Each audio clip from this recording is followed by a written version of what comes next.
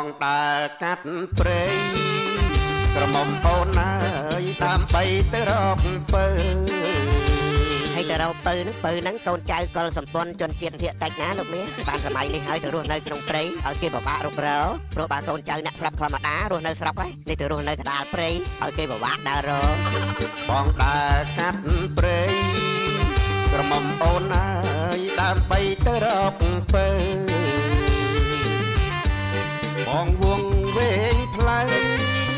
ក្រមុំអូនអើយផ្ទះពើនៅឆ្ងាយពេក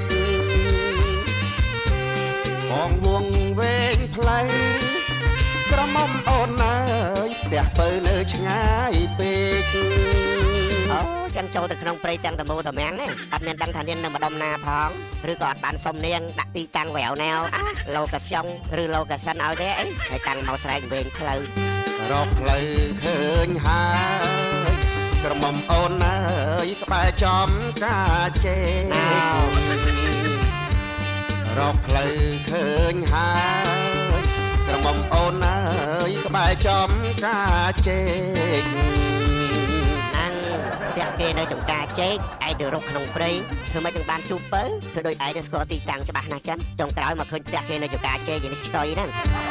បងនឹកអូនពេកក្រមុំអូនអើយអូនដេកក៏បងដាស់បងនឹកអូនពេកក្រមុំអូនអើយអូនដេកក៏បងដាស់ចុងហើយម៉ែឪនាងអត់នៅទេអីបានទៅដល់ហ៊ានចូលដាក់កូនគេឆៅចឹងហ្មងហើយពេលនាងញាក់ដឹងខ្លួនមិនភិតភ័យតក់ស្លុតអត់ឧបមាទេពេលឃើញប្រុសព្រានអាប្រៃឈរចិត្តខ្លួនស្រីដូចហ្នឹងស្រណោះទឹកជន់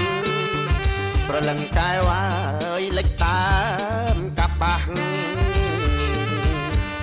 ស្រណោះទឹកជន់ប្រលឹងកែវអើយលេចតាមកាបាស់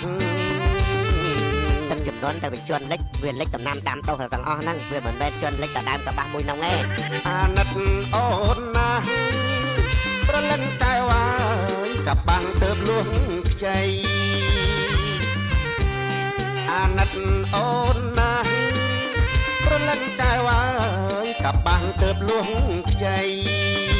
បាទអាណិតគេពិតប្រកបពេលទឹកស្រកអស់មកជួយជួលអាត្រាក់ជួលដាំកបាស់ឡើងវិញទៅហើយអាណិតម៉ែឪនាងផងក៏អាណិតតានាងម្នាក់ព្រោះម៉ែឪនាងជាអ្នកដាំទេកបាស់ហ្នឹងនោះមិនមែននាងពៅជាអ្នកដាំទេទាំងប្រោកុំស្ដាប់គេឡើយណាពៅអូនអើយពីមនុស្សដទៃ